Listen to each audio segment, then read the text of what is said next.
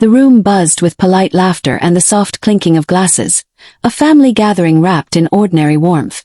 I sat with quiet composure, observing every expression, every subtle glance. Then my sister spoke, her words effortless, precise, and lethal in their casualness. "You do not really deserve anything in life." The statement settled over the room like a sudden chill. Eyes flicked toward me briefly, curiosity lingering for a moment, then vanished. Nobody intervened. Nobody defended. I did not react, did not flinch. I absorbed the humiliation with a cold, steady calm, letting it settle like a shadow I carried silently. They had no idea what I truly possessed, the life I had built in secrecy, the achievements and assets they had never imagined. All they could see was the surface. What they could not see, what they would never anticipate, was only the beginning. The pattern had been established long before that evening, woven into the quiet threads of my childhood. My sister had always been the favored one, the one praised for accomplishments I barely dared to attempt. Every birthday I endured had been a muted affair, candles lit more for ritual than recognition, presents delivered with the faintest hint of obligation. Achievements I had quietly earned were met with passing acknowledgement at best, always overshadowed by her moments of grandeur. The world had decided early on who would shine and who would remain in shadow, and I had been taught to accept my place with silent acquiescence. I had learned early that silence was safer than protest, that restraint protected more than confrontation ever could. The neglect was subtle yet constant, a forgotten celebration, a minimized triumph, a glance of disappointment where there might have been pride. She believed, without question, that I was less, weaker, unworthy of notice. Yet I noticed everything. Every praise she received, every slight she committed unconsciously, I catalogued in the quiet recesses of my mind. It was not bitterness that grew in me, but clarity, an understanding of the mechanics of favor, envy, and perception. Beneath the surface of compliance and apparent inadequacy, I began to change, quietly, deliberately. My life diverged from the path they assumed I followed. Achievements accumulated in secrecy, assets gathered without spectacle, every success a shield against their expectations. What they perceived as emptiness, I had filled with planning, persistence, and careful concealment. I created a world that existed entirely outside their gaze, a sanctuary of control, a place where their judgments could not penetrate. Even as I absorbed their judgments, I constructed something entirely my own, a life insulated from scrutiny, a domain of deliberate strategy and self-preservation. Each unnoticed effort, each quiet victory, laid the foundation for a future they would never anticipate. In that silent rebellion, the seeds of what was to come were sown. Deliberate, inevitable, unstoppable. A tide was gathering behind an undisturbed surface, ready to rise, revealing all that they had refused to see, all that they could never imagine. The first unmistakable sign came in the form of a small, deliberate act, subtle yet revealing. During another gathering, this one marked by polite smiles and superficial warmth, my sister found her opportunity. A remark, almost casual in its delivery, was launched across the room, sharp enough to cut through the chatter and land squarely on my reputation. The extended family absorbed it immediately. Murmurs rippled through the air like water disturbed by a sudden stone. I felt the familiar ache of humiliation, a twinge of old, unhealed wounds, yet beneath it all, something inside me shifted. Coldness seeped into my spine, a crystallized clarity that had been dormant for far too long. Her behavior was no accident. Patterns I had glimpsed before now became undeniable. She observed me incessantly, with a hunger thinly veiled as casual interest. Social media had become her playground. Every post, every update, every seemingly trivial detail of my life was scrutinized, examined for weakness or contradiction. She dug for information, quietly compiling a picture of me, yet she could not see the entirety of my world. In her eyes, my silence equated to emptiness, my privacy to nothingness. But what she did not know, what she could never perceive, was precisely what made her vulnerable. I began to document her actions in silence, recording details that might appear inconsequential to anyone else. The angle of a glance, the subtle repetition of questions, the obsession with the minutiae of my days. It all told a story. She believed she was in control, that she understood the landscape of my life, yet she had only glimpsed fragments. Each observation, catalogued meticulously, became a brick in the foundation I was quietly constructing. The pain her words inflicted no longer elicited the tremors of weakness. It served as fuel, sharpening my mind, focusing my strategy. In the stillness that followed, I realized that a seed had been planted, invisible yet potent. It would grow slowly, deliberately, in the shadows of her ignorance. The humiliation she inflicted publicly, meant to assert dominance, had instead crystallized a long-brewing resolve. My mind mapped the pathways she would unknowingly traverse, the vulnerabilities she carried like an unintentional invitation. The realization was intoxicating in its clarity. The imbalance of perception, her belief in my inferiority, would become the engine of everything I was about to set in motion. By the time the room returned to polite laughter, I sat with perfect composure, the coldness within me now a steady current. The pattern was clear, the opportunity recognized. I did not need to act immediately.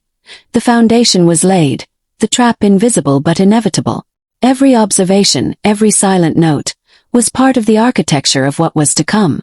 The first act of betrayal had unveiled her true nature, and in doing so, had planted the seeds of a reckoning she could neither anticipate nor prevent. What they perceived as emptiness was, in truth, a carefully maintained illusion. The life I had cultivated, brick by brick and decision by deliberate decision, existed beyond their gaze, insulated from their judgment and interference. It began with a property, modest in outward appearance yet secured with meticulous planning, a sanctuary hidden from the casual observer. They had never been inside, never seen the rooms where sunlight fell just so, where possessions were curated not for display but for personal harmony. Within those walls I held control over every detail, every corner, every line of sight. Alongside the property, there existed a business stake, acquired quietly over years of careful investment and patience. My name appeared on no announcement, no social media post, no family conversation. The company was partially of my making, a creation built in secrecy, yet sufficiently powerful to provide independence and influence far beyond the immediate sphere of my family. It was a world they could not touch, a domain of autonomy I protected with deliberate care. Every achievement, every success had been shielded from them, preserved for the sake of peace and personal freedom. I never flaunted my accomplishments. In a world obsessed with perception, I understood the dangers of exposure. Pride and validation, once sought after in the small victories of youth, had been replaced by deliberate discretion. Their assumptions, that silence equated to weakness, that privacy implied emptiness, were my greatest advantage. They had no idea of the scale of what I had built, the power I commanded quietly, or the strategic patience with which I had cultivated it. Fear had also dictated my secrecy. My sister, unpredictable and competitive, had a history of attempting to dismantle whatever she could not fully claim or comprehend. To reveal my life prematurely would have invited interference, sabotage, and the subtle chaos she thrived upon. In every decision, I had weighed visibility against vulnerability, choosing to exist in the shadows of their perception while quietly gathering strength. Every asset, every accomplishment, was protected from their interference, safeguarded in silence. Hints of my hidden life existed, scattered and innocuous, like puzzle pieces only I could assemble. A fleeting photograph glimpsed in passing, a casually mentioned errand, details that seemed insignificant yet marked the edges of a reality they could not understand. The hidden apartment, the partially built company, the quiet accumulation of financial power, all were invisible to their understanding.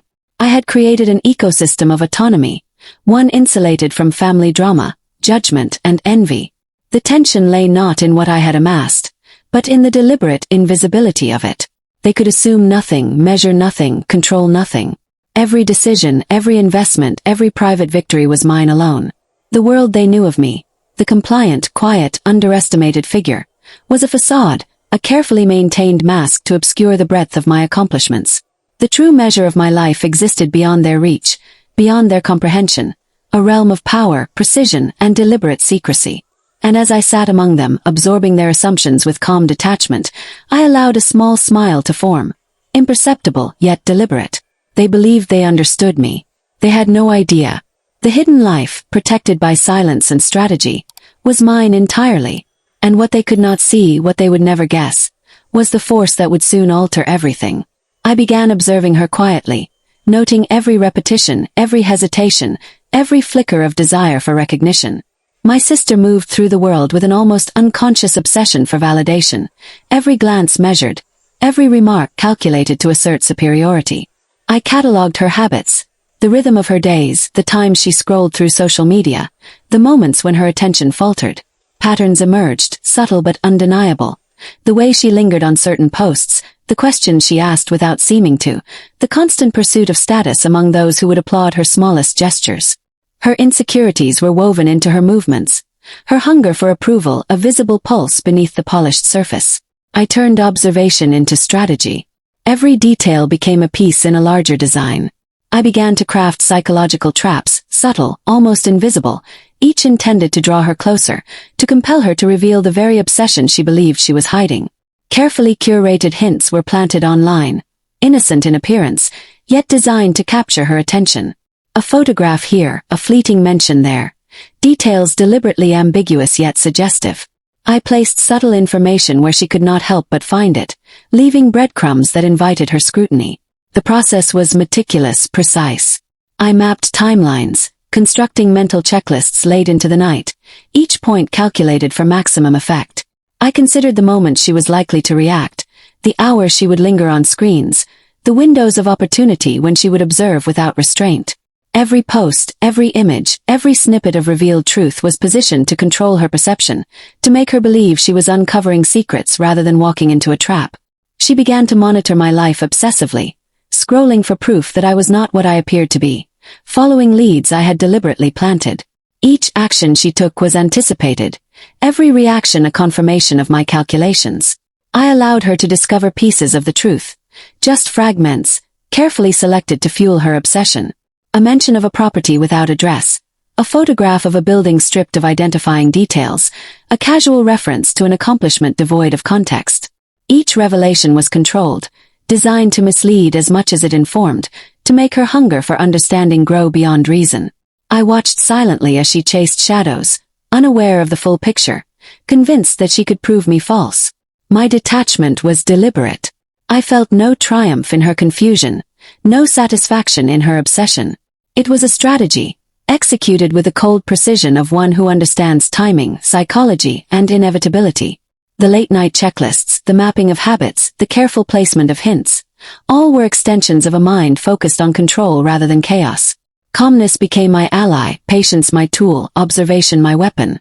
The tension between us grew, almost imperceptibly, yet unmistakable to anyone attuned to subtle currents. She lingered too long on posts, reread old details, attempted to reconstruct the life I had meticulously concealed. Every misstep she made, every incorrect assumption, reinforced the architecture of my plan. The psychological traps were effective not because they were clever, but because they were invisible, woven into the fabric of a reality she thought she understood. By the time she realized that fragments of the truth existed, she was already entangled, drawn into a web of her own obsession. She believed she was uncovering, analyzing, controlling, but every thread led precisely where I intended. The calm, cold strategy, executed with deliberate patience, had transformed silent observation into a psychological battlefield. And in that quiet, precise execution, the stage was set for the revelation that would follow, inevitable, unstoppable, and devastating. The day she finally found something she was never meant to discover arrived without warning, quiet in its unfolding yet catastrophic in impact. A deed, unassuming in its physical form yet monumental in significance, slipped into her hands by chance, or so she believed. It bore my name, a luxury apartment meticulously acquired and maintained, a testament to a life she had never imagined. Her eyes lingered on the official documents, the embossed letters, the weight of legality that confirmed a reality she had denied in her assumptions. From there the revelations cascaded. A business registered entirely in my name, assets mapped and verified, evidence of financial power that had remained invisible to every casual observer, now revealed themselves. Photos, documents, digital confirmations, all of it painted a life far beyond the reach of envy or dismissal. Each piece she uncovered was a blow, an assault upon the constructed image she had maintained of my supposed inadequacy. The shock that rippled through her was palpable, silent yet visible in the minute tremors of disbelief. Her breathing caught, her gaze darted from one proof to another, as though the documents themselves were speaking truths she had long refused to accept. Every carefully constructed assumption of superiority, every judgment she had made, was now exposed as naive, premature, and fatally flawed. The cold realization settled over her, heavier than any accusation she had ever thrown my way. For the first time, she understood that I had never been less. I had been quiet, deliberate, silent enough to be underestimated, to allow her arrogance and assumptions to flourish unchallenged. Her jealousy, once dormant, now surged unchecked, a corrosive flood against the walls of composure she had maintained. The depth of my achievements, the scope of my life, the precision with which I had concealed and cultivated it, all struck her with the force of inevitability. She recoiled against the knowledge, attempting, perhaps unconsciously, to reconstruct a narrative in which she could still hold dominion, still claim superiority. Yet the evidence was relentless, unyielding, impossible to reinterpret or diminish. In that moment, her emotional spiral began, subtle yet unstoppable. Every glance, every measured breath, betrayed the collapse of certainty she had carried like armor for so long. I watched silently, maintaining the same composure I had practiced for years, observing her unraveling without intrusion. The revelation was mine to orchestrate, the impact mine to measure. She had discovered pieces of the truth, but the full scope, the intention, the strategy behind the silence she had so long mocked, remained hers to grapple with. And as she trembled against the undeniable reality of my life, I felt the quiet satisfaction of inevitability. The seeds planted through observation, patience, and deliberate concealment had borne fruit. She had uncovered the truth, but in doing so, had exposed herself entirely. Her obsession, her envy, her unawareness of the depth beneath my calm. For the first time, she saw the quiet power she had dismissed for years. And in that recognition, the first threads of reckoning began to weave themselves, subtle yet unbreakable, binding her to the consequences of underestimating the silence she had so casually ignored. The confrontation unfolded like a storm moving across a still landscape, quiet at first, then impossible to ignore. My sister, unable to contain the swelling of entitlement, attempted to assert herself publicly. She presented fragments of my life as if they were her own, weaving a narrative designed to place her at the center of achievements she could neither claim nor comprehend. The room, once oblivious to the subtle power dynamics, now became a stage upon which her insecurities would betray her completely. Her movements were desperate yet calculated, a taut reflection of someone unaccustomed to being wrong, to being overshadowed. Family members, neighbors, acquaintances, eyes widened, brows arched, whispers flowing like currents she could not stem. Every gesture she made, intended to command recognition, instead revealed her obsession and fragility. The entitlement that had always been invisible, cloaked in politeness and casual superiority, now stood exposed in stark, unyielding relief. I remained calm, composed, a figure of deliberate stillness amidst the growing turbulence.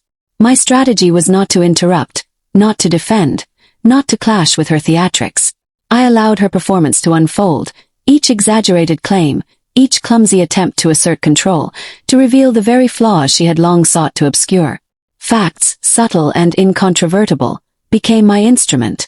Documents, photographs, records, pieces she could not manipulate or reinterpret, were presented quietly, coldly, each one a measured step in dismantling her self-constructed narrative.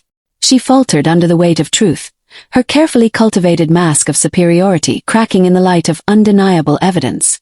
Jealousy, long a hidden current beneath her composure, surged visibly. Manipulation, ambition, insecurity, all became clear to those who had never seen beyond the surface. Her attempts to claim authority were met not with argument, but with the silent authority of reality itself.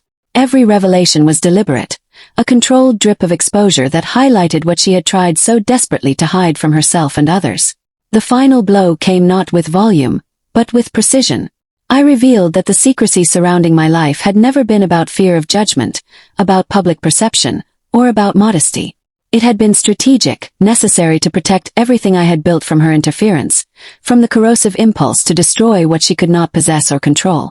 Every achievement, every asset, every fragment of power she had overlooked existed because I had anticipated her, because I had built quietly while the world, including her, underestimated me. As reality sank in, her collapse became inevitable. Socially, the sway she had relied upon crumbled. Emotionally, her composure shattered. Psychologically, the depth of her misjudgment left her unmoored. Family members shifted their attention, observing the disparity between her claims and the truth now laid bare. Her spiraling frustration, her unmasked insecurity, became part of the revelation itself. The theater of her arrogance had turned inward, exposing not strength, but vulnerability. I remained unmoved, a figure of controlled calm, letting the facts speak in place of argument or confrontation. The final tableau was not one of victory in noise, but victory in inevitability, the quiet power of preparation, patience, and observation. She had sought to assert herself through chaos, yet it was her own unraveling that became the testament to strategy and foresight. By the end, the lesson was unmistakable. Silence had not been weakness. Silence had been the shield, the tool, the instrument of inevitability. And as she stood exposed, defeated in ways no accusation or insult could ever repair, it became clear to all who watched that the life I had built, the victories I had nurtured, and the strategy one had executed with precision had been mine alone. She had underestimated the quiet, and in doing so, had allowed the final blow to fall with irreversible certainty. I walked away without a word, each step deliberate, measured, carrying the weight of a freedom long denied. There was no triumph in my departure, no need for celebration or vindication. The revelation had spoken for itself, the facts had done their work, and now the rest was irrelevant.